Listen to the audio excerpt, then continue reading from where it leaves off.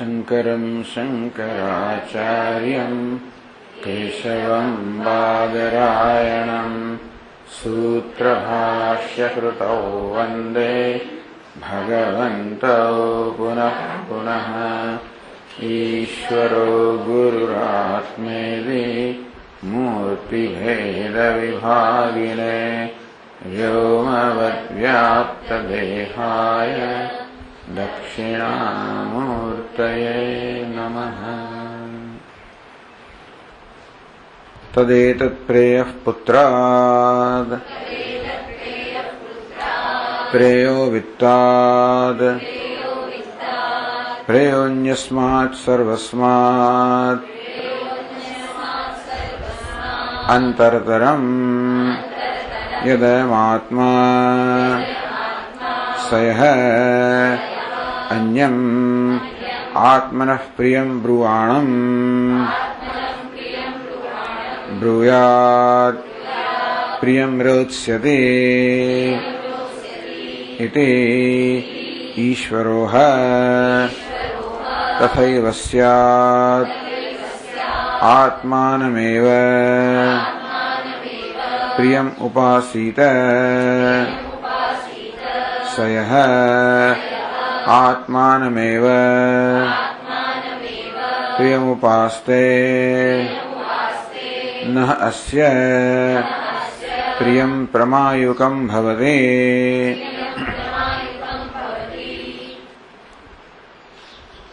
तदेतत् प्रेयः पुत्रात् अंतरतरम यदयमात्मा जे आत्मा अंतरतर છે સૌથી વધારે નજીક છે એ પ્રેય પુત્રાત પુત્ર કરતા પણ વધારે પ્રિય છે. પ્રેય વિત્તાત વિત્ત ધન કરતા પણ વધારે પ્રિય છે.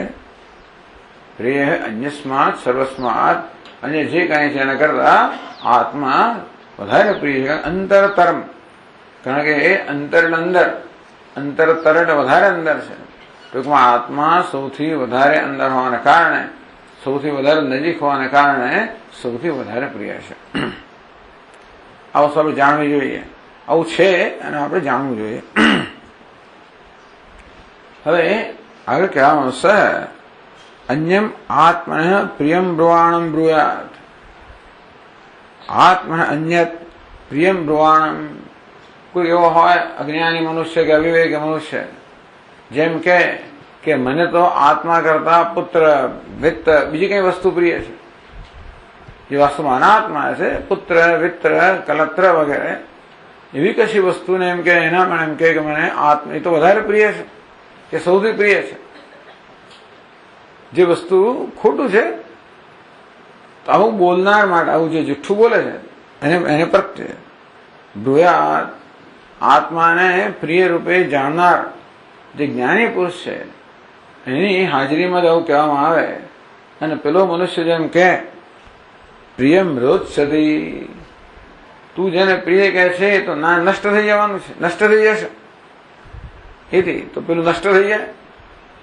ઈશ્વરો કારણ કે આ જ્ઞાની પુરુષ આવું કહેવા સમર્થ છે અથવા તો એના વચન પણ સત્ય બનવા સમર્થ છે. આત્માનેવ પ્રિયમ ઉપાસ તથૈવ સ્યાત. આત્માનમેવ પ્રિયમ ઉપાસિત માટે આત્મા જ પ્રિય છે એ પ્રકારે એનું અનુસંધાન કરવું જોઈએ. સ આત્માનમેવ પ્રિય ઉપાસ્તે નાસ્ય પ્રિયમ પ્રમાયુકમ ભવતી. જે આત્માને સૌથી પ્રિય રૂપે ઉપાસના કરે છે અથવા જાણે છે એનું પ્રિય ક્યારે નષ્ટ થતું નથી. કારણ કે આત્માનો પ્રિય છે એ ક્યારે નષ્ટ થાય નહીં.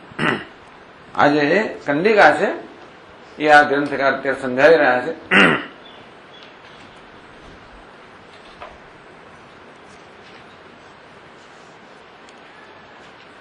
68મા પાના પર 373 શ્લોકથી આ કંડિકાની ચર્ચા શરૂ થઈ. અન્યત પરિહૃત્ય ઉક્તાત્મ તત્વનિષ્ઠા એવ કાર્યાયતી. બાકી બધી વસ્તુઓ છોડીને આગળ જે આત્માને ઉપાસિત આત્માની ઉપાસના કરવી જોઈએ એ જ પદની અર્થાત એ જ જાણવા યોગ્ય છે બધા માટે. અને જે જાણ્યાથી જ જીવન સફળ છે એમ આત્મા વિશે આગળ કહેવામાં આવ્યું. બીજી બધી વસ્તુ છોડીને માત્ર એ આત્માની ઉપાસના કરવી. ઉપાસના કરવી એટલે કે એ આત્માનું શરણ લેવું જોઈએ, એને જ જીવનું ધ્યેય બનાવવું જોઈએ, એને જાણવા માટે સમર્પિત થવું જોઈએ. આગળ કહ્યું એમ સર્વધર્માન પરિત્યજ્ય મામ એકમ શરણમ વ્રજ. ભગવાન જરા કહે છે એનો આ જ હેતુ છે કે અન્ય સર્વમ પરિહૃત્ય, સર્વધર્માન પરિત્યજ્ય, બધા ધર્મો અર્થાત બીજા બધા ધ્યેયનો ત્યાગ કરીને મામ એકમ શરણ વ્રજ, એક મારું શરણ લે, એક મને જ ધ્યેય બનાવો. અને એકમ એટલે હું એક અદ્વિતીય છું, તારો આત્મા છું, એ પ્રકારે તું મને જાણ. એ પ્રકારે જાણવા કટિબદ્ધ થા. એ પ્રકારે જાણવા માટે જે કંઈ આવશ્યક હોય તું કર. આત્મતત્વનિષ્ઠા એવ કાર્ય. આ આત્મતત્વ નિષ્ઠા જ વાસ્તવમાં આપણે કરવી જોઈએ. એટલે કે એમાં એ નિષ્ઠામાં તત્પર રહેવું જોઈએ. એ આ હમણાં આપણે વાંચ્યો એ ફકરાનો એની પાસેનું તાત્પર્ય છે. એટલે આત્મા પ્રિય ઉદ્દિષ્ટ પ્રિયમ પુત્રાદિકમ યથા. જેવું પુત્રાદિકમ પ્રિયમ ઉદ્દિષ્ટમ, જેમ લોકો પુત્ર વિત્ત વગેરે પ્રિય કહે છે તેવી રીતે આત્માને પણ પ્રિય કહે છે. આમ એવું લાગે છે કે જાણે અનેકમાંની એક પ્રિય વસ્તુ આત્મા છે. અનયો નિશ્ચિતમ પ્રયાન આત્માનાન્ય સુતાદિકમ. પરંતુ અનયો પ્રિયયો મધ્ય, એક બાજુ આત્મા પ્રિય છે, બીજી બાજુ બીજી વસ્તુઓ પણ પ્રિય છે. આ બે પ્રકારની પ્રિય વસ્તુઓની મધ્યમાં નિરુપાધિક પ્રેમાસ્પદત્વેન નિશ્ચિતમ. અનયો પ્રિયાન આત્મા નિશ્ચિતમ યથા સ્યાત તથા કુર્યાત. તો કે આપણે જાણવું જોઈએ કે આ બેમાં આત્મા પ્રિયાન વધારે પ્રિય છે. ના અન્યત, આત્મા અન્ય એટલે સુતાદિકમ, પુત્ર વગેરે વસ્તુ પ્રિય નથી, આત્મા જ પ્રિય છે. એ વાતનો નિશ્ચય કરવો જોઈએ. નિશ્ચિતમ, એ પ્રકારનો નિશ્ચય જીવનમાં જન્મવો જોઈએ. સોપાધિક પ્રેમાસ્પદત્વાત આત્મવિન્નમ સુતાદિકમ તું ન તથા ઇતિ. કારણ કે આત્મા સિવાયની બીજી ગમે તે વસ્તુ હોય, ભલે ને પુત્ર હોય, નજીકમાં નજીક હોય, તો પણ એ પ્રત્યેનો પ્રેમ છે એ તો સોપાધિક છે, શરતી પ્રેમ છે. આત્માનો પ્રેમ નિરુપાધિક છે, બિનશરતી છે. આ રીતે આપણે જીવનમાં જોવું જોઈએ અને જાણવું જોઈએ કે વાસ્તવમાં આપણો પ્રેમ તો આત્મા માટે જ છે. એ પ્રકારનો નિશ્ચય જન્મવો જોઈએ. જેવો આપણો નિશ્ચય એવું આપણું જીવન. જો એ શ્રદ્ધા સૈવ સહ. ભગવાન કહે છે જેની જેવી શ્રદ્ધા તેઓ માનવી. શ્રદ્ધા એટલે બુદ્ધિમાં જે પ્રકારનો નિશ્ચય કે જીવનનું સત્ય શું છે, જીવનનું ધ્યેય શું છે, મૂલ્યો શું છે, આ પ્રકારનો નિશ્ચયનું નામ શ્રદ્ધા. એટલે કે નિશ્ચિતમ યથા ભવતી. તો જે પ્રકારે આ પ્રકારનો નિશ્ચય મનમાં જન્મે કે આત્મા જ પ્રિય છે, અન્ય કોઈ વસ્તુ નહીં, તથા કુર્યા, એ પ્રકારે અનુસંધાન કરવું જોઈએ. એ જ વાત કહે છે બીજા શ્લોકમાં, પુત્ર વિત્ત કલત્રાદે સ્વાત્માર્થમ પ્રિયતામતા. અપુત્ર વિત્ત કલત્ર, પુત્ર ધન સંપત્તિ પત્ની વગેરે જે છે, પ્રિયતા સ્વાત્માર્થમ મતા, એ બધા માટે જે પ્રેમ છે તો સ્વાત્માર્થમ પોતાને કારણે છે, આત્માને કારણે છે.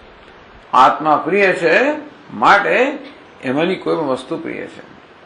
સ્વાત્માર્થમ એટલે શું? સ્વ ઉપકારાય એવ મતા. આ પુત્ર વિત્ત કલત્ર વગેરે માટે પ્રેમ છે માટે, કારણ કે એ પોતાનો ઉપકારક છે માટે પ્રેમના પાત્ર છે. અન્યથા જો એમને માટે જે પ્રેમ હોત, દ્રષ્ટાંત આપે છે કે પુત્ર છે મારે પ્રેમ, પુત્રમાં જેટલું પુત્રત્વ છે એના માટે પ્રેમ છે. શેના માટે પ્રેમ છે? આ ચાલો આ વ્યક્તિ મારો પુત્ર છે, મને પ્રિય છે. એ શું પ્રિય છે એમાં?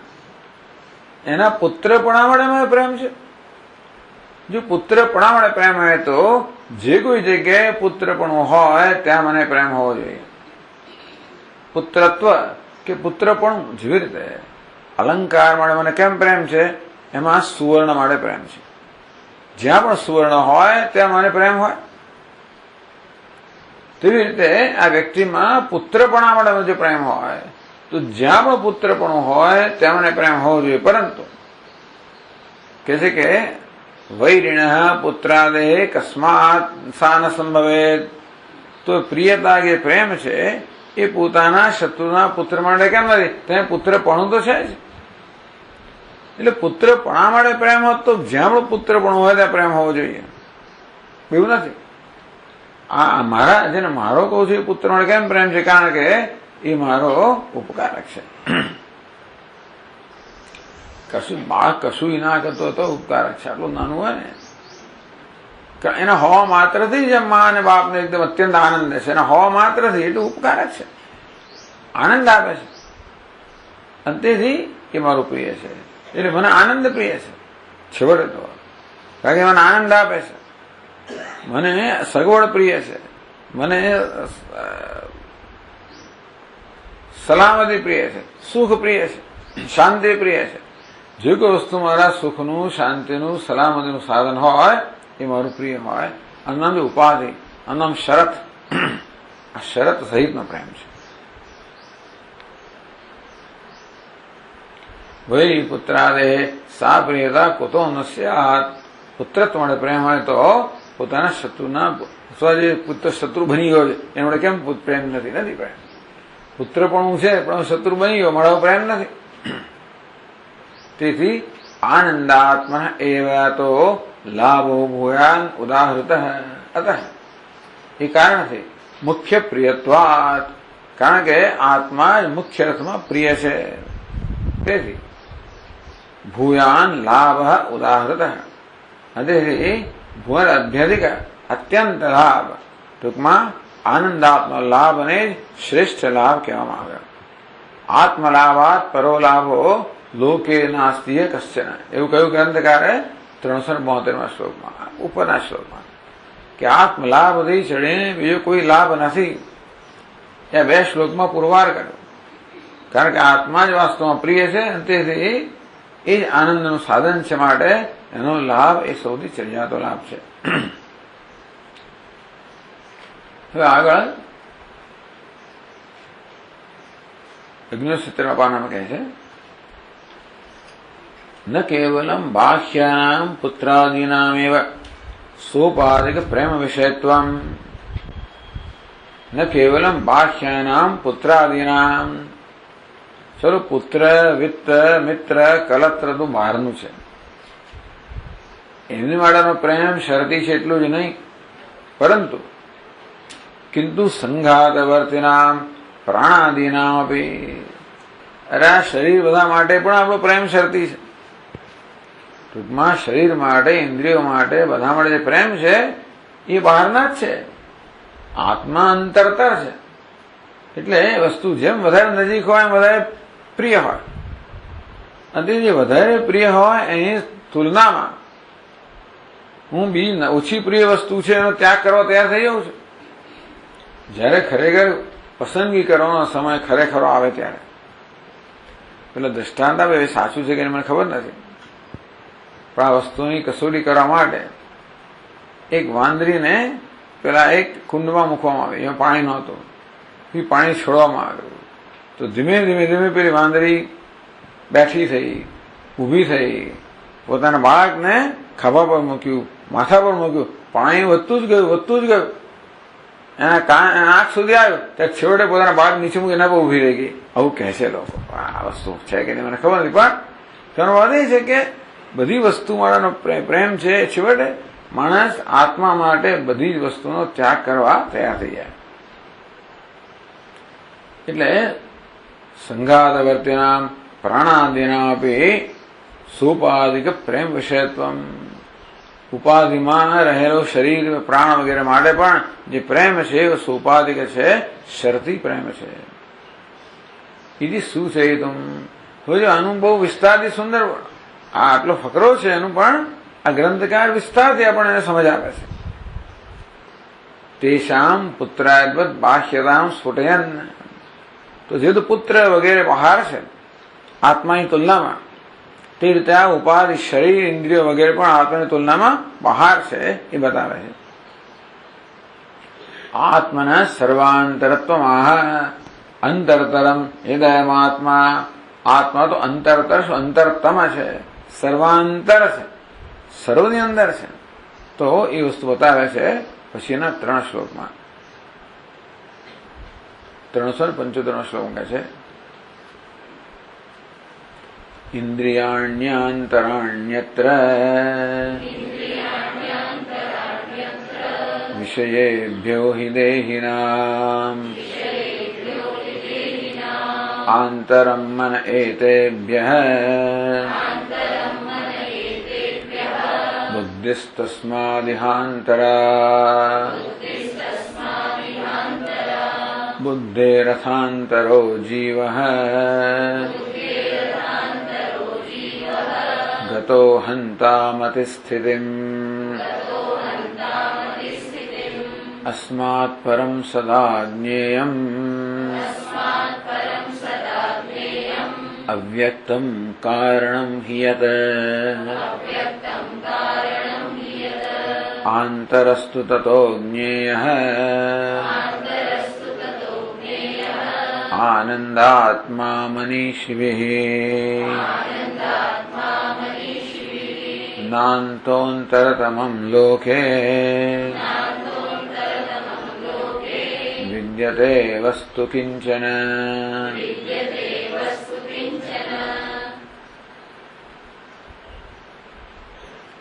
ઇન્દ્રિયાણિ અંતરાણિ અત્ર દૃશ્ય વર્ગે ઇન્દ્રિયાણિ વિષય દેહિનામ ઇન્દ્રિયાણિ વિષયેભ્ય અંતરાણિ.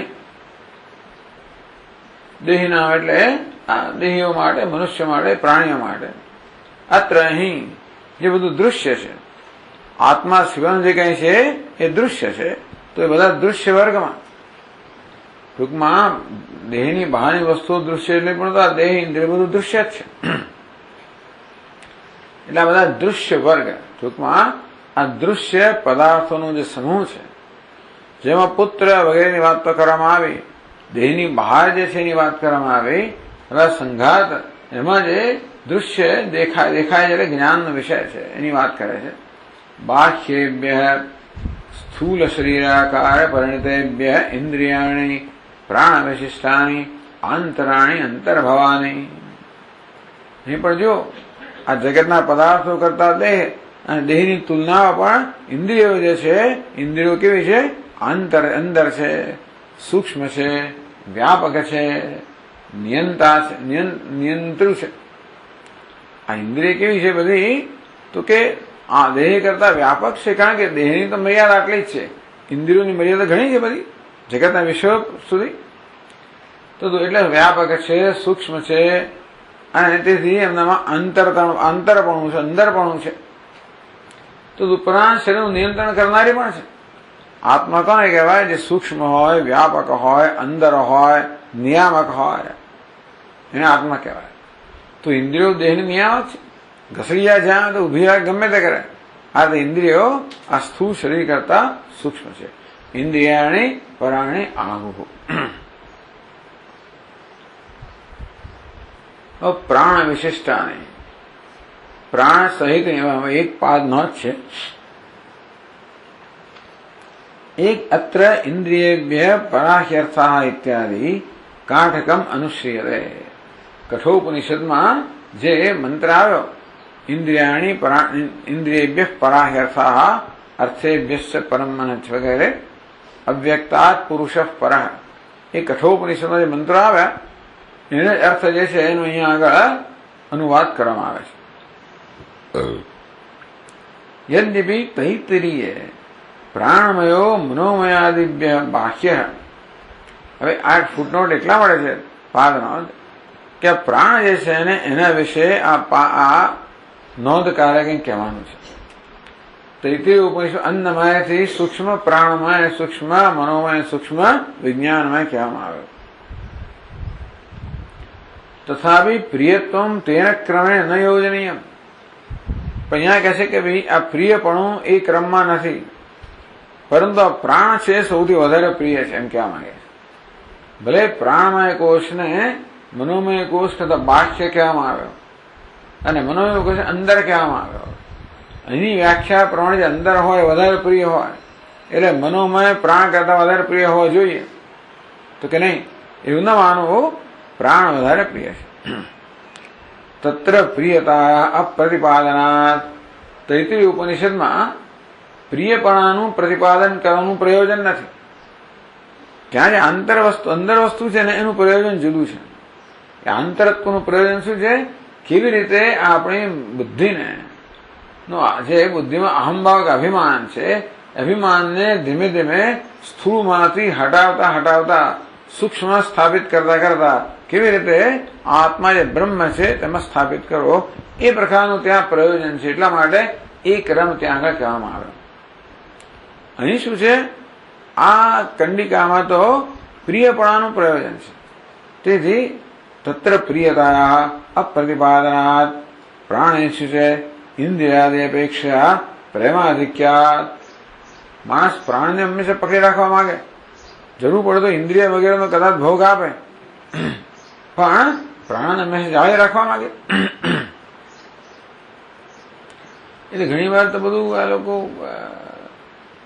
શું કહેવાય ને, આપણા અંગ ઘણી વાર હોય છે અને પણ એ લોકો એને કાપી નાખતા હોય છે. એના માટે, કારણ કે પ્રાણ બચાવવા માટે. કશી જગ્યાએ કંઈક થયું, બ્રેઇનમાં કશું તો કાઢી નાખે, જે કાઢવાની જરૂર હોય કાઢી નાખે. શેના માટે? પ્રાણ બચાવવા માટે. તસ્માદેહ બુદ્ધેપી અંતરો જીવ ઉક્ત તત્રેવ પ્રાણામ અંતર્ભાવ. એટલે અહીંયા જે બુદ્ધિ કરતા, એટલે અહીંયા શરીર કરતા ઇન્દ્રિયોના સૂક્ષ્મ કઈ અંદર કઈ, ઇન્દ્રિયો કરતા મનને અંદર ગયો, મન કરતા બુદ્ધિને અંદર ગઈ, બુદ્ધિ કરતા જીવને અંદર ગયો. એટલે ટિપ્પણીકાર કહે છે કે જીવમાં પ્રાણનો સમાવેશ થવો જોઈએ. ટીકાકારે ઇન્દ્રિયાની પ્રાણ વિશિષ્ટાને કહ્યું, એમણે પ્રાણનો સમાવેશ ઇન્દ્રિયમાં કરી નાખ્યો. એટલા માટે પ્રાણનો ઉલ્લેખ નથી. કઠોપનિષદમાં પણ પ્રાણનો ઉલ્લેખ નથી. એટલે અહીં પણ કારણ કે કઠોપનિષદ અનુસરણ કરે છે ને, એમાં પ્રાણનો ઉલ્લેખ નથી. એટલે ટીકાકારે તો પ્રાણનો ઇન્દ્રિય સાથે સમાવેશ કરી દીધો. કહ્યું કે ઇન્દ્રિયાણી પ્રાણ વિશિષ્ટાની આંતરાણી, એટલે અંતર્ભાવાની. પ્રાણ સહિતની ઇન્દ્રિયો જે છે એ શરીર કરતા અંદર છે. એટલા માટે અહીં ટિપ્પણીમાં કહેવામાં પાદનોદમાં કે ભાઈ અહીં ઇન્દ્રિયો સાથે પ્રાણ નહીં લેવાનો, પણ જે બુદ્ધિ કરતા સૂક્ષ્મ જીવ છે એ જીવમાં પ્રાણનો આપણે સમાવેશ કરવાનો. તત્રેવ પ્રાણામ અંતર્ભાવ. તો જીવમાં પ્રાણનો અંતર્ભાવ કરવાનો.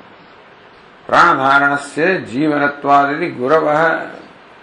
જીવ પ્રાણધારણે, આ જીવ છે ચૈતન્ય છે એ જ પ્રાણધારણ કરનાર છે. માટે પ્રાણનો સમાવેશ ત્યાં કરવો જોઈએ. ચાલો, એટલે હવે પછી આપણે ટીકાપુર આગળ આવીએ તો આ ઇન્દ્રિયાણી વિષયેભ્ય અંતરાણી. વિષય કહો, દેહ કહો, ટૂંકમાં સ્થૂળ આકારમાં પરિણમિત જે કંઈ છે એ બધા કરતા ઇન્દ્રિયો, ઇન્દ્રિયોનો વિષય છે, ઇન્દ્રિયોનો દ્રષ્ટા છે. દૃશ્ય આગળ ક્યાં છે? એ આગળ પોતે જ ક્યાં છે.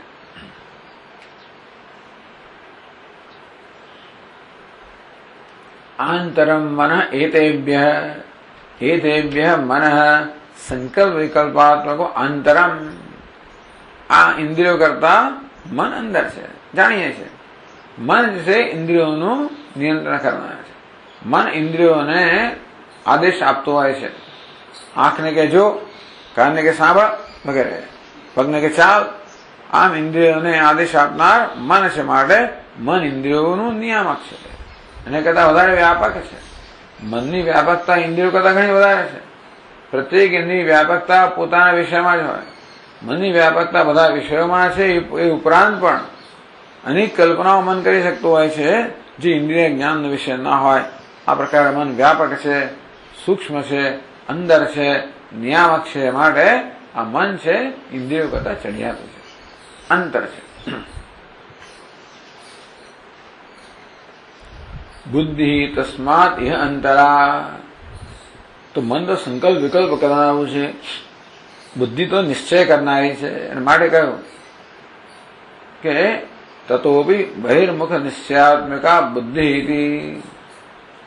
મન કરતા પણ બુદ્ધિ સૂક્ષ્મ છે. તો કેવી બુદ્ધિ ખબર છે?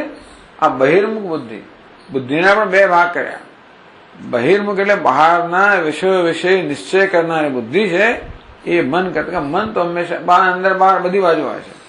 બુદ્ધિ જે છે એ સંકલ્પ વિકલ્પનું પણ નિયંત્રણ કરનાર છે. બુદ્ધિમાં એકવાર સમજ બદલાઈ જાય ને તો મનના સંકલ્પો બદલાઈ જાય. પહેલા મનમાં જે પ્રકારના સંકલ્પ વગેરે થતા હતા એ બદલાઈ જાય. અત્યારે મન કે ઈચ્છાઓ કરે, ધારો કે મારે લેપટોપ જોઈએ, મારે સેલફોન જોઈએ, મારે ફલાણું જોઈએ. હવે આવું 25 વર્ષ પહેલા હતું જ નહીં. તો કે આ વસ્તુ બુદ્ધિમાં જ્ઞાન હતું જ નહીં. બુદ્ધિમાં નિશ્ચય હતો કે આ લેપટોપ છે એ ઉપયોગી છે, ઉપકારક છે. ધારો કે મોબાઈલ ફોન ઉપકારક છે, એવું બુદ્ધિમાં નિશ્ચય જન્મ્યો. એટલે પછી મનના સંકલ્પ કર્યો, મને પેલું જોઈએ ને પેલું જોઈએ, ફલાણું વગેરે વગેરે. આમ બુદ્ધિ છે મનની નિયામક છે. માટે બુદ્ધિ મન કરતા અંદર છે. બુદ્ધિ અર્થ આંતરો જીવ પણ બુદ્ધિથી પણ આંતર જીવ એટલે કહેવામાં આવ્યું જીવ એટલે અહીંયા પ્રાણ પણ સમજી લેવાનો.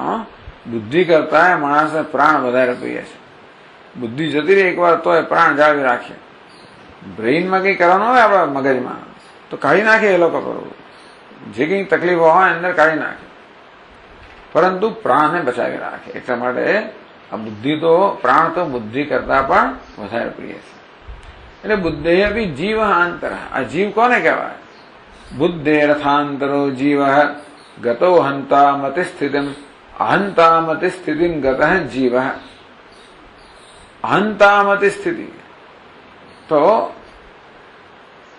અહંતા અવગાહિન્યામ પ્રત્યેક પ્રવણાયામ અહમિતિ આકારાકાયામ મદૌ વિષયતયા સ્થિતમ.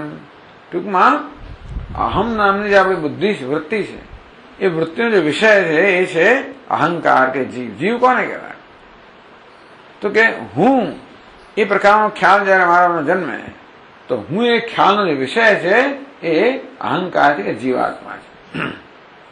અહંકાર વિશિષ્ટ એટલે જીવ ટૂંકમાં અહંકારને જીવ કહેવાય.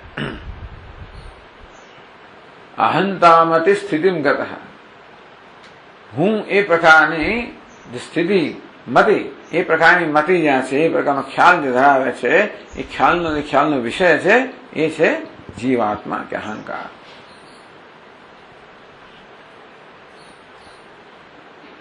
અસ્માત પરમ સદા જ્ઞેયમ અવ્યક્તમ કારણમ યત. ખરેખર બુદ્ધિ આત્મા મહાન પર એવું કહેવામાં આવ્યું કઠોપનિષદમાં. વ્યક્તિગત બુદ્ધિ કરતા સમષ્ટિ બુદ્ધિ વધારે સૂક્ષ્મ છે.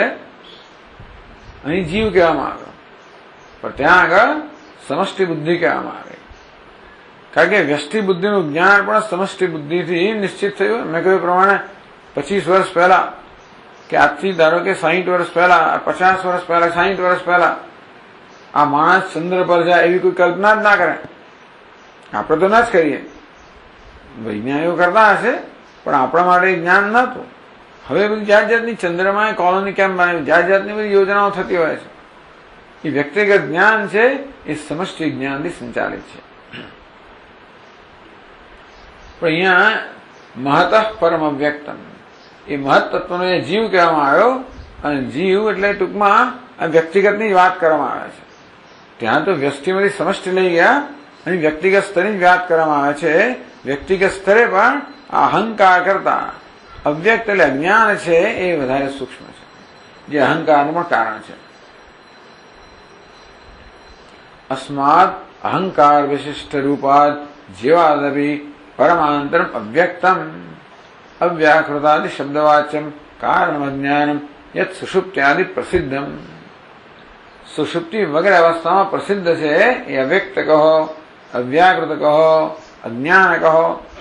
એ જીવ કરતા કે અહંકાર કરતા પણ સૂક્ષ્મ. કારણ કે સુષુપ્તિમાં અહંકાર નથી પણ જ્ઞાન છે. માટે એનું કારણ છે. એમાંથી અહંકારનો ઉદ્ભવ થાય. એ કારણ કાર્ય કરતા સૂક્ષ્મ હોય માટે અજ્ઞાન છે એ વધારે સૂક્ષ્મ છે.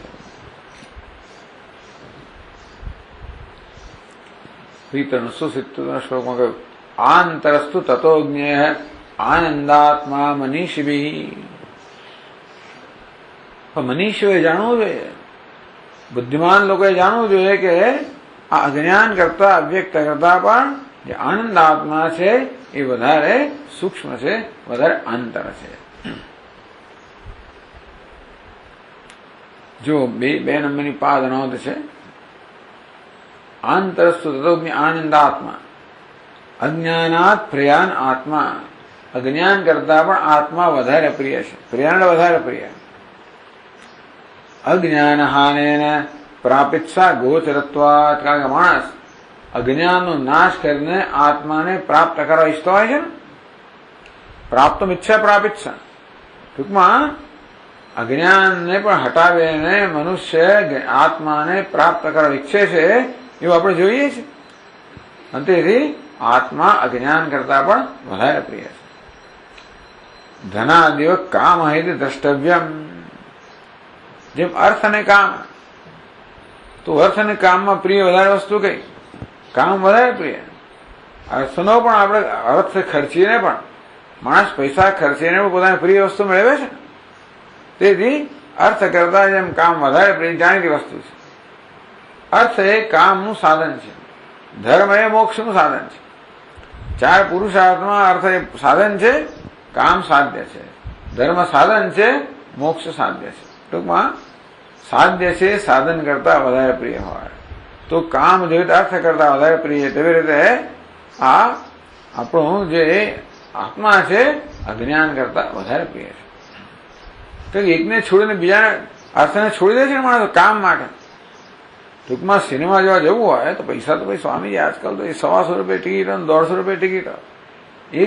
એક પરિવાર સિનેમા જોવા એટલે 1000 રૂપિયા ખર્ચો થાય. પછી પાછા જમવા જયારે 2000 ખર્ચો થાય. આવો આનંદ કોઈક વાર તો લેવો પડે ને સ્વામીજી, મહિનામાં એક વાર. એ આનંદ એટલે કામ, એને માટે શું ખર્ચવું? અર્થ ખર્ચવું પડે ને. અર્થ જેનો ત્યાગ કરો એના કરતા જેને ગ્રહણ કરો વધારે પ્રિય તો ખરું જ ને. તો જેવી રીતે અર્થ કરતા કામ પ્રિય, તેવી રીતે અજ્ઞાન કરતા આત્મા કેમ વધારે પ્રિય? કારણ કે અજ્ઞાનનો ત્યાગ કરીને પણ લોકો આત્માને પ્રાપ્ત કરવા, જાણવા, જ્ઞાન દ્વારા પ્રાપ્ત કરવા ઈચ્છે છે. સૌષુપ્ત ઇતર અવિષય સુખસ્ય વિના શાસ્ત્રમ અપ્રસિદ્ધે. કારણ કે એવું છે ને કે માત્ર આપણી સમજ પ્રમાણે તો એક જ જગ્યાએ સુખ છે, દુનિયાના વિષયોમાં સુખ છે. સુષુપ્ત ઇતર, સુષુપ્તમાં સુખ છે કદાચ આપણે જાણતો હોઈશું, પણ એ સિવાય સુષુપ્તિથી સિવાય કશામાં સુખ હોય આત્મામાં એ તો આપણે જાણતા નથી. એ તો માત્ર વિના શાસ્ત્ર પ્રસિદ્ધ છે. તલ્લોભાય શાસ્ત્ર શ્રદ્ધા એવ યતેરનિધિ. તલ્લોભાય કે તલ્લાભાય. ટૂંકમાં અંતેથી હવે આત્મા સૌથી વધારે પ્રિય છે એ તો શાસ્ત્રમાંથી જ આપણને જણાય. આપણા અનુભવથી તો આપણો આનંદ, આપણી સમજ તો એવી છે ને કે જગતના વિષયો પ્રિય છે, કે બહુ તો ઊંઘ પ્રિય છે. એટલે બીજું છોડીને માણસ ઊંઘવા તૈયાર થઈ જાય. તેથી સુષુપ્તિમાં સુષુપ્તિ પ્રિય છે એ તો બધાને છે. પણ સુષુપ્તિ સિવાય આત્મા એટલે બાકીના તો વિષયો જ પ્રિય છે, એવું જ આપણો અનુભવ કે એવું જ આપણી સમજ છે. તેથી ખરેખર આત્માને પ્રાપ્ત કરવો હોય તો આપણી બુદ્ધિ પર આપણે આધાર રાખી ન શકીએ. આ બુદ્ધિમાં સૂઝવાનું જ નથી કે આ જગતના વિષયોનો પ્રેમ આત્મા માટે છે કે સુષુપ્તિનો પ્રેમ પણ આત્મા માટે છે. મને કેમ આટલે પ્રેમ નિદ્રા માટે? કારણ કે ત્યાં આગળ આત્માનો સૌથી વધારે સરળતાથી અનુભવ થાય. તેથી સૌષુપ્ત ઇતર અવિષય સુખસ્ય વિના શાસ્ત્ર અપ્રસિદ્ધે. અવિષય, વિષય સિવાય અવિષય, આત્મા વિષય છે. એ સુખનો, એ સુખ હોય કે સુખનો વિષય હોય એ તો શાસ્ત્ર સિવાય આપણને ક્યાંયથી જાણવાના મળે. શાસ્ત્ર શ્રદ્ધા એવ યતેરન. તેથી શાસ્ત્ર શ્રદ્ધા શાસ્ત્ર શ્રાદ્ધા એવ યતેરન ઇતિ મનીષી પદ સાર્થક્યમ. ટૂંકમાં શાસ્ત્રમાં શ્રદ્ધા ધરાવનારા હોય ને એ લોકોએ યત્ન કરવો જોઈએ આત્મ સુખ પ્રાપ્ત કરવા માટે. એટલે કે મનીષી આંતરસ્તુ તતો જ્ઞેય આનંદાત્મા મનીષી. આ મનીષી કોને કહેવાય? શાસ્ત્રમાં શ્રદ્ધા ધરાવનારા. પાર્થો વત્સ સુધી ભોગતા. આ ગીતા અમૃત છે એનો ભોગવનાર પાર્થ તો ખરો વત્સ, તો સુધી કોણ? શાસ્ત્રમાં શ્રદ્ધા ધરાવનારા. કે એ લોકો એમાં વિશ્વાસ કરે, એ લોકો જ પોતાનો સાંભળવા તૈયાર ત્યારે થાય ને, જયારે શાસ્ત્રમાં શ્રદ્ધા હોય ત્યારે. ઇતિ મનીષી બધ સાર્થક્યમ. એ રીતે જે મનીષી શબ્દ વાપરવામાં આવ્યો આ શ્લોકમાં એ સાર્થક છે કે જે મનીષીઓ એ લોકો જ આંતરસ્વતોજ્ઞ આનંદાત્મા. સુષુપ્તિ કરતા આત્મા વધારે પ્રિય છે એ ક્યારે પણ સામાન્ય મનુષ્યને ખબર પડે નહીં. એ તો મનીષીને જ ખબર પડે. અર્થાત શાસ્ત્રમાં શ્રદ્ધા ધરાવનાર, શાસ્ત્રનું શ્રવણ વગેરે કરનારને આ વસ્તુનું જ્ઞાન થાય કે સુષુપ્તિ કરતા પણ આત્મા વધારે પ્રિય છે. એટલા માટે મનીષી શબ્દનો પ્રયોગ કરવામાં આવે.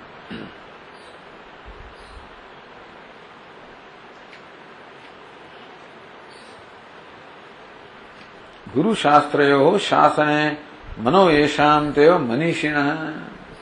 આ મનીષ શબ્દની વ્યાખ્યા કરી. ગુરુશાસ્ત્રયો શાસને મન યેષામ. જેમનું મન ગુરુ અને શાસ્ત્રના શાસનમાં છે એ જે લોકો છે એને મનીષી કહેવામાં આવ્યા.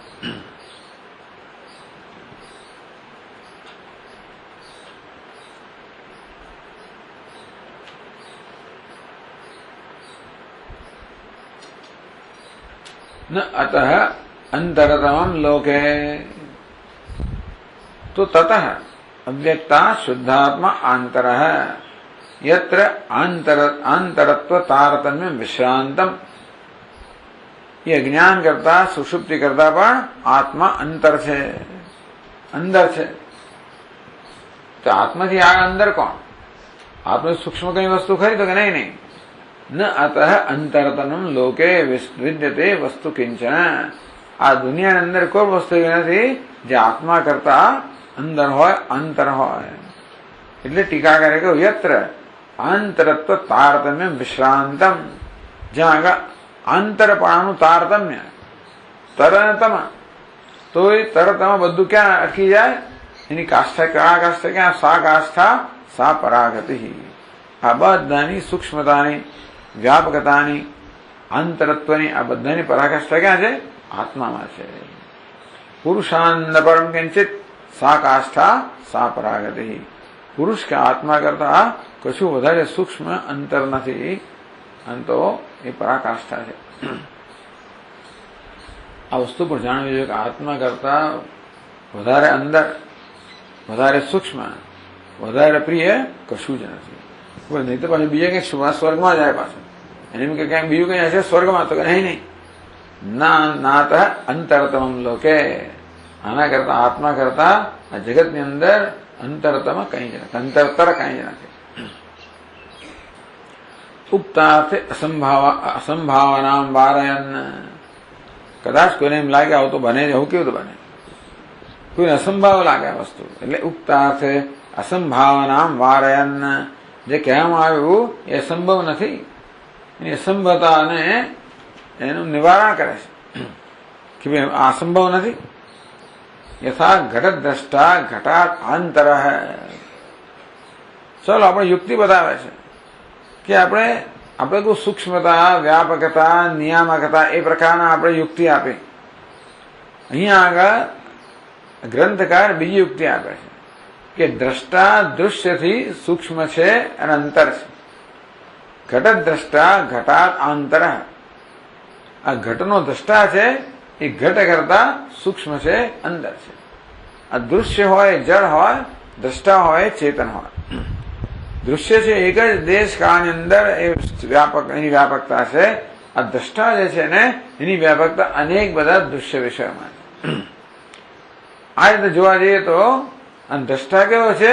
સ્વતંત્ર છે. દૃશ્ય કેવું છે? પરતંત્ર છે. એ પણ ખરું. પરતંત્ર, સ્વતંત્ર, બાહ્ય, અંદર, સ્થૂળ, સૂક્ષ્મ, ઓછું વ્યાપક, વધારે વ્યાપક, નિયમ્ય, નિયંતા.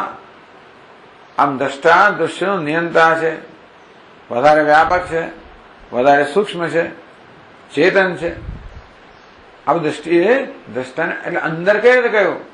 કોઈ દેશની દ્રષ્ટિ અંદર નહીં, એટલે ઘડાનો જોનાર ઘડાની અંદર છે એવું નહીં કહેવાનું. અંદર એટલે સ્થળ કે દેશની દ્રષ્ટિએ નહીં, સૂક્ષ્મતાની દ્રષ્ટિએ, તત્વની દ્રષ્ટિએ. કે દ્રષ્ટાનું તત્વ છે એ દૃશ્યના તત્વ કરતા વધારે સૂક્ષ્મ છે. એ રીતે અંદરપણું કે આંતરત્વ કહેવામાં આવે. તથા એ દેશામ આંતરત્વમ પરિચયમ, એ પ્રકારે હમણાં જે આખી પરંપરા કહેવામાં આવી એનું આંતરત્વ, આંતરપણું આ પ્રકારે એનો પરિચય પ્રાપ્ત કરવો જોઈએ કે પ્રત્યેક પશુનું જે છે એ આગળ પહેલા કરતા એનું દ્રષ્ટા છે. પહેલા જે છે દૃશ્ય છે, એની પછીનું દ્રષ્ટા છે. રૂપમ દૃશ્યમ લોચનમ દૃક તદ્દૃશ્યમ દૃક્તુ માનસમ દૃશ્યાધિવૃત્ય સાક્ષી દૃગેવ ન તો દૃશ્યતે. રૂપમ દૃશ્યમ લોચનમ દૃક, જગતના પદ દૃશ્ય છે, ઇન્દ્રિયો દ્રષ્ટા છે. તદ્દૃશ્યમ દૃક્તુ માનસમ, ઇન્દ્રિયો દ્રષ્ટા છે, આ મન દૃશ્ય છે. દૃશ્યાધિવૃત્ય, આ મનની વૃત્તિ પણ દૃશ્ય છે. સાક્ષી કેવો છે? દ્રષ્ટા છે. દૃગેવ ન તો દૃશ્યતે, એ ક્યારે પણ દર્શન વિષય ના બને, એ માત્ર દ્રષ્ટા જ છે. એ પ્રકારે આ દૃગ દૃશ્ય વિવેકથી આપણે સમજાવે છે અંતરપણ. 3 શ્લોકમાં વિષયાનરી વિષયાનિન્દ્રિયૈર્વેત્તિ મનસા ચેન્દ્રિયાણ્યપી મનઃસંશયરૂપં તત ધિયા નિશ્ચિતયાપિ ચ ધિયમ ધીયુક્તરૂપેણ ધીયુક્તમ કારણાત્મના કારણમ ચ સ્વરૂપેણ સ્વપ્રકાશેન સર્વદા.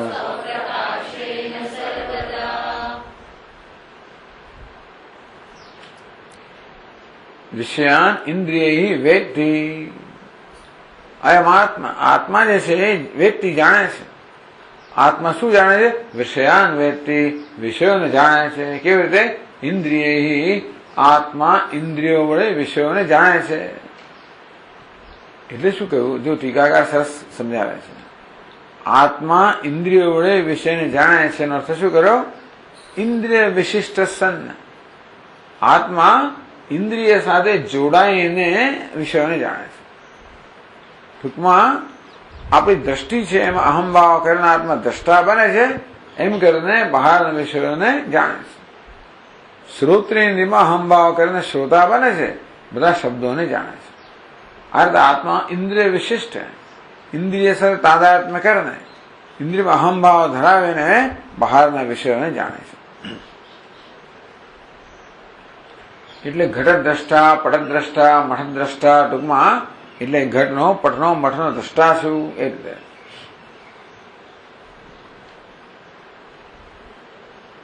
તતઃ વેત્ર વિશેષણત્વેન ઇન્દ્રિયાણામ આંતરત્વમ સ્ફુટમ. આમ તો ઇન્દ્રિય વિશિષ્ટ આત્મા જે છે એ વિષયો કરતા સૂક્ષ્મ છે, પરંતુ ઇન્દ્રિયોની વિશેષતાને કારણે આત્મા દ્રષ્ટા બન્યો ને, એટલા માટે વેત્ર વિશેષણત્વેન આ ઇન્દ્રિયો છે એ દ્રષ્ટા કે જ્ઞાતાનું વિશેષણ છે. આપણે જયારે દ્રષ્ટા એવો શબ્દ વાપરીએ ત્યારે ચક્ષુર ઇન્દ્રિય છે ને એ આત્માનું વિશેષણ બને, તો એની અંદર એની સાથે એમાં તાદાત્મ્ય પણ આત્મા દ્રષ્ટા કહેવાય ને. એટલે આ ચક્ષુ જે છે એ આત્માનું વિશેષણ થવાના કારણે ચક્ષુને ઘડા કરતા સૂક્ષ્મ કહેવામાં આવે. રૂપમ દૃશ્યમ કહી દઉં ત્યાં, અહીં જરા વધારે સમજ આપવામાં આવે છે.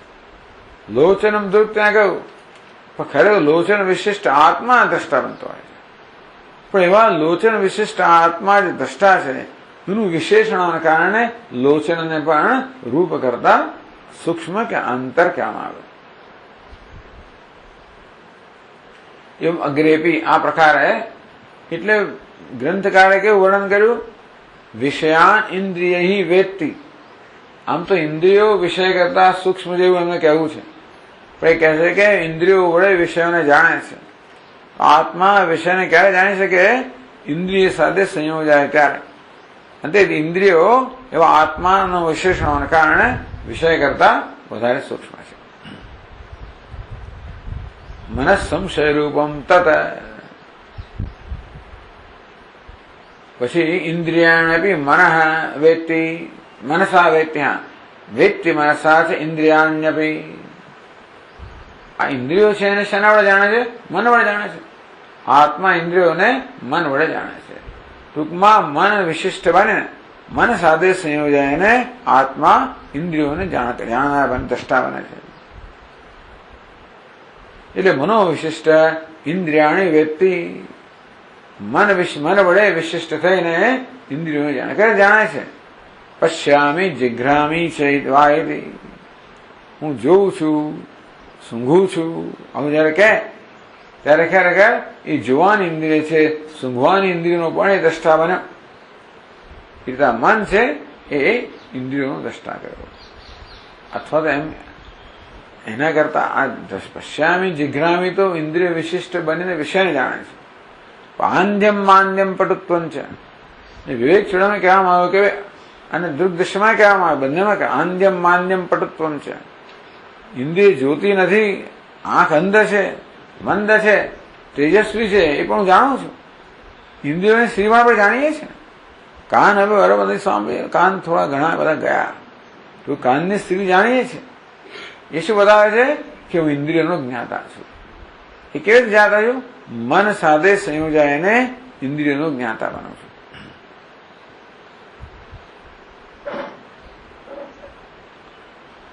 મન સંશય રૂપમ તદ ધ્યા નિશ્ચયતા આપી છે. આ મનને શેના વડે જાણે છે? બુદ્ધિ વડે જાણે છે. અર્થાત સંશય રૂપમ મન હતું. હવે નિશ્ચિતયા ધ્યા એવું કહ્યું. એટલે આ ટીકાકાર પાછું નિશ્ચિતયા શબ્દને લાંબુ લાંબુ સમજાવે છે.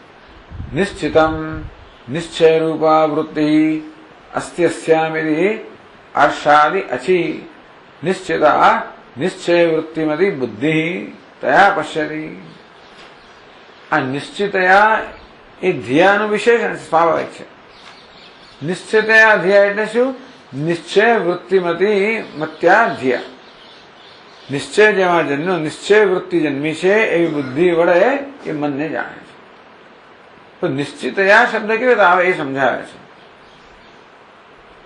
અર્ષાદિ અચી, અર્ષ વગેરે શબ્દો છે, અર્ષસ વગેરે શબ્દો છે, એના પછી મતુપ અર્થમાં અશ પ્રત્યય લાગે છે, એવું સૂત્ર છે.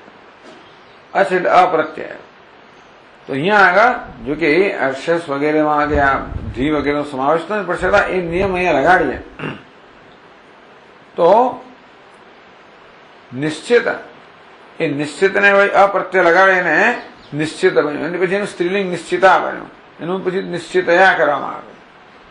આ પ્રકારે નિશ્ચિત એ બુદ્ધિનું વિશેષણ બન્યું. નિશ્ચિતા એ બુદ્ધિ બની, નિશ્ચિતયા બુદ્ધ્યા એવું થયું. એ નિશ્ચય વૃત્તિમતી બુદ્ધિ ટૂંકમાં. એટલે નિશ્ચિતમ અસ્યામસ્તિ ઇતિ નિશ્ચિત ઇતિ સ્ત્રીલિંગ નિશ્ચિતા. નિશ્ચિતમ અસ્યામસ્તિ ઇતિ નિશ્ચિતા. આ નિશ્ચિત જેમાં છે એનું નામ નિશ્ચિત પડ્યું. નિશ્ચિતમાંથી અશ પ્રત્યય લગાડે નિશ્ચિત બની ગયું. એનું સ્ત્રીલિંગ નિશ્ચિતા બન્યું.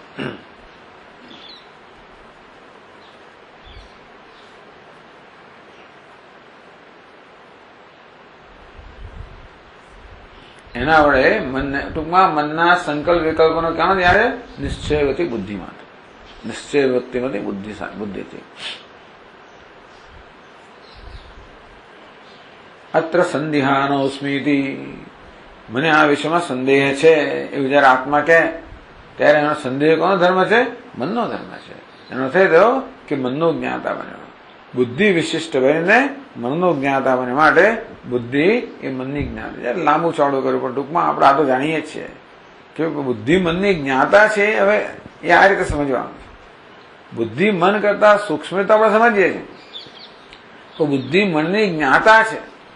કે બુદ્ધિ તો જ્ઞાતૃત્વ, આત્મામાં જ્ઞાતૃત્વ હોય, ચેતનમાં જ્ઞાતૃત્વ હોય. પરંતુ ચેતન બુદ્ધિમાં જ્યારે અહંભાવ ધરાવે ત્યારે મનનો જ્ઞાતા બને. એ ચેતન મનમાં અહંભાવ ધરાવે ત્યારે ઇન્દ્રિયો જ્ઞાતા બને. એ ચેતન ઇન્દ્રિયમાં અહંભાવ ધરાવે ત્યારે વિષયનું જ્ઞાતા બને. એ રીતે એ જ્ઞાતાનું વિષયના કારણે ઇન્દ્રિયો, મન, બુદ્ધિ બધાને પણ જ્ઞાતા કહેવામાં આવે. ધિયમ ધી યુક્તિ રૂપેણ, આ બુદ્ધિને શાને જાણે છે? તો કહે છે ધિયમ ઉક્ત નિશ્ચય રૂપામ ધિયમ આપી ધિયુક્તેન અહંકારાખ્ય બુદ્ધિવૃત્તિ રૂપેણ પશ્યતિ. આ બુદ્ધિને અહંકારથી જાણે છે. ધિયુક્ત એટલે ધી બુદ્ધિ ધરાવનાર. બુદ્ધિ ધરાવનાર કોણ છે? અહંકાર. એટલે કે એવું કે ઉક્ત નિશ્ચય રૂપામ ધિયમ અપી ધિયુક્તેન અહંકારાખ્ય બુદ્ધિવૃત્તિ રૂપેણ પશ્યતિ.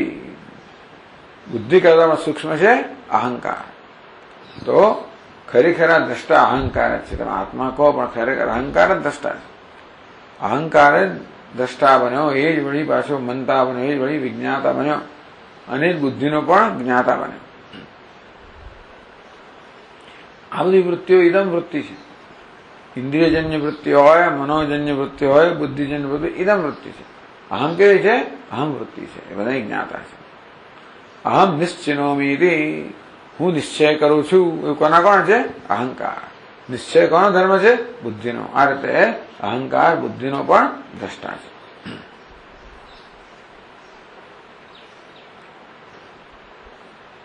ધિયુક્તમ કારણાત્મ, અહંકારને કેવી રીતે જાણે છે? ધિયુક્તમ અથ ઉક્ત ધિયુક્તમ જીવમપી, આ જીવ કા અહંકાર કહો, અહંકારને શાને જાણે છે? કારણાત્મના. કારણ અજ્ઞાન ઉપાધિક સાક્ષી રૂપેણ પશ્યતિ. સાક્ષી જાણે છે. કયો સાક્ષી? અજ્ઞાન રૂપી ઉપાધિ વાળો સાક્ષી. શુદ્ધ સાક્ષી તો ખરો, એથી વધારે સૂક્ષ્મ. પણ અહંકારનું પણ આપણને સભાનતા હોય છે. એ કોના વડે? સાક્ષી વડે. કયો સાક્ષી? સાક્ષી જેમ અજ્ઞાન રહેલું છે એવા સાક્ષી વડે અહંકારીમાં સભાનતા હોય છે. કારણ અજ્ઞાન ઉપાધિક સાક્ષી રૂપેણ પશ્યતિ.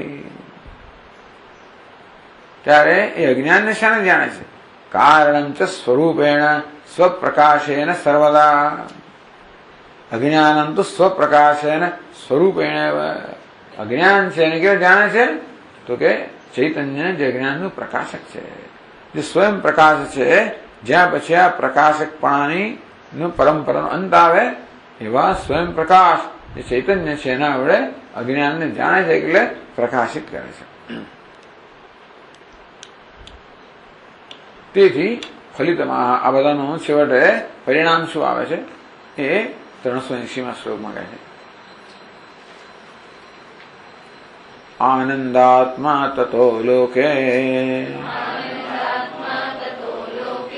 સર્વાંતરતમસ્મૃતઃ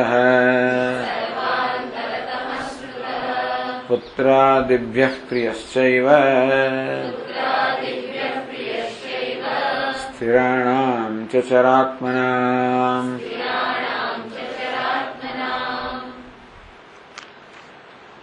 આનંદાત્મા તતઃ લોકે સર્વાંતર તમસ્મૃતઃ તતઃ ઉક્ત વિધયા. આગળ કહ્યું ને સ્વપ્રકાશેન સ્વરૂપેણ. સ્વયં પ્રકાશ તો આત્મા છે ને, એ આનંદાત્મા.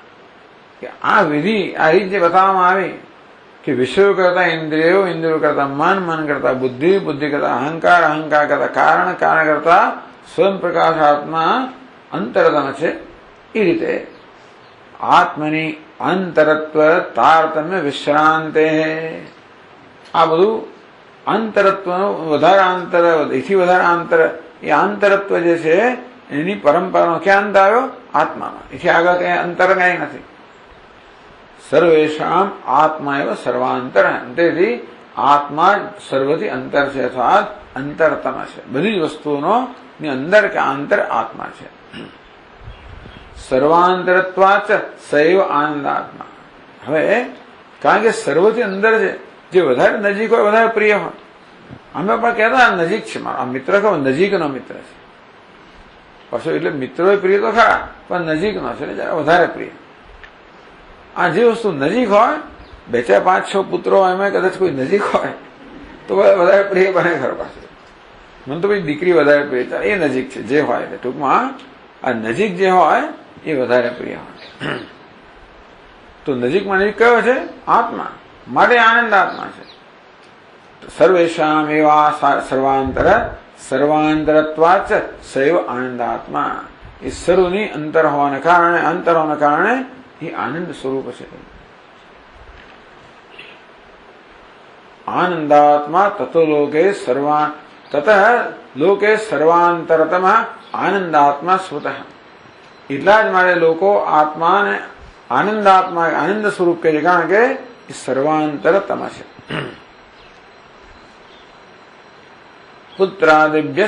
પુત્રાદિભ્ય પ્રિયશ્ચૈવ સ્થિરાણામ ચ ચરાત્મનામ. પુત્રાદિભ્યશ્ચ પ્રિય આત્મા, તેથી ચરાત્મનામ સ્થિરાણામ છે. આ જગતમાં સ્થિર ને ચર જેવી વસ્તુઓ છે. અને પુત્ર વગેરે જુદો કર્યો. દુનિયાની વસ્તુઓ પ્રિય હોય, ઘર જે છે ને સ્થાવર છે એમાં પ્રિય હોય, ગાડી છે વળી ચર છે એમાં પ્રિય હોય. દુનિયાની પણ બધી ચરાચર કે સ્થાવર જંગમ વસ્તુ પ્રિય હોય છે. એને કરતા પુત્ર વધારે પ્રિય હોવો જોઈએ. આમ તો કોઈ કશો નિયમ નથી દુનિયા પર, છતાં હોવું જોઈએ. લોકો તો સંપત્તિ માટે ભલભલાનો ભોગ આપી દેતા હોય છે. પેલા લોકો હૌદંગી બધા લોકો રાજ્ય માટે તો પિતા બધાને ભોગ આપી દે, પેલો પુત્રને ભોગ આપી દે, બધું થતું હોય છે. પણ જે હોય તે પુત્રાદિભ્ય પુત્ર વગેરે કરતા પણ અપ્રિય છે. એટલે કહ્યું કે સ એવ પુત્રાદિભ્ય કારણાંતેભ્ય પ્રિય. તેથી આનંદરૂપ હોવાને કારણે આત્મા પુત્ર વગેરે બધા કરતા પ્રિય છે. કારણાંતેભ્ય, પુત્રથી માંડીને કારણ એટલે અજ્ઞાન સુધી કે સુષુપ્તિ સુધી આ બધી જે પરંપરા બતાવવામાં એ બધા કરતા આત્મા વધારે પ્રિય છે. હવે પ્રિયતર કેમ, પ્રિયાન કેમ ના કરો? પ્રિયતર કે પ્રિયતમ કેમ ના કરો? એટલે અહીંયા ટીકાકાર કહે છે, અહીં શું કહ્યું કે પુત્રાદિભ્ય પ્રિય એવું કહેવામાં આવ્યું. પુત્ર વગેરેની તુલનામાં આત્મા પ્રિય છે. પણ પ્રિયતર કેવો જોઈએ કે પ્રિયાન કેવો જોઈએ એવું કેમ નથી કહેતા? ટીકાકાર કહે છે કે વિવેક દશાયામ ઇતરત્ર દુઃખત્વ નિર્ણયા. અવિવેકી માટે જ આ પુત્ર વગેરે બધું પ્રિય હોય છે. એ વિવેકી માણસો જાણે કે બધા દુઃખના સાધન છે. એટલે યોગ શાસ્ત્રમાં કહ્યું કે તદ દુઃખમેવ વિવેકીના. આ બધું જે વિષયનું સુખ છે ને અવિવેકી માટે સુખનું સાધન છે વિષય. વિવેકી માટે તો પરિણામ તાપ સંસ્કાર આ બધી વસ્તુને કારણે વિષય સુખના પરિણામે જે દુઃખ જન્મતું હોય, જે સંતાપ જન્મતો હોય, જે રાગ દ્વેષ જન્મતા હોય, જે કર્મ જન્મતા હોય, જે બંધન જન્મતું હોય, એને કારણે ઇન્દ્રિયના બધા વિષયો ખરેખર દુઃખનું સાધન છે. દુઃખ એવો નહીં એટલે ભગવાને કહ્યું કે એ અવિવેકી માણસને તો સુખના સાધન દેખાય, વિવેકી આપણે બધા દુઃખના સાધન છે. એટલે વિવેક દશાયામ દુઃખત્વ નિર્ણય. આમ વિવેક દશામાં તો આ બધા વિષયો દુઃખનું સાધન છે, પણ કશું પ્રિય જ નથી. એક જ વસ્તુ પ્રિય રહી. એટલે પ્રિયતર ક્યારે કહેવાય? કશું પ્રિય હોય એની તુલનામાં એને વધારે પ્રિય કહેવાય. કશું પ્રિય જ ના હોય તો એની તુલના એટલે પ્રિય જ કહેવાય ને ખાલી. એટલે કોઈ તુલના જ નથી. એટલા માટે અતિશયવાચી તમવારી પ્રત્યયો બી ન પ્રયોગતું શક્ય રહે. તેથી તરતમ પ્રત્યય જે છે ને એનું પ્રયોગ એને પણ અહીંયા આગળ પ્રયુક્ત કરવું શક્ય જ નથી. એક જ વસ્તુ પ્રિય છે આત્મા, ભાઈ કોઈ કશી વસ્તુ પ્રિય જ નથી એ વિવેકી દશામાં. બાકી અવિવેકી માટે બધું પ્રિય છે ખરું. ઇતિ ભાવ. એની બી પાદ નોંધ વગેરે જ આપણે કાલે જોઈશું. ઓમ પૂર્ણમદ પૂર્ણમિદમ પૂર્ણાત પૂર્ણમુદચ્યતે પૂર્ણસ્ય પૂર્ણમાદાય પૂર્ણમેવાવશિષ્યતે. ઓમ શાંતિ શાંતિ શાંતિ. શંકરં શંકરાચાર્યં કેશવં બાદરાયણં સૂત્રભાષ્યકૃતૌ વંદે ભગવन्तौ પુનઃ પુનઃ. ઈશ્વરો ગુરુરાત્મેતિ મૂર્તિભેદવિભાગિને व्योमवद्व्याप्तदेहाय दक्षिणामूर्तये नमः। ॐ शान्ति शान्ति शान्तिः। हरि ओम्। श्री गुरुभ्यो नमः। हरि ओम्।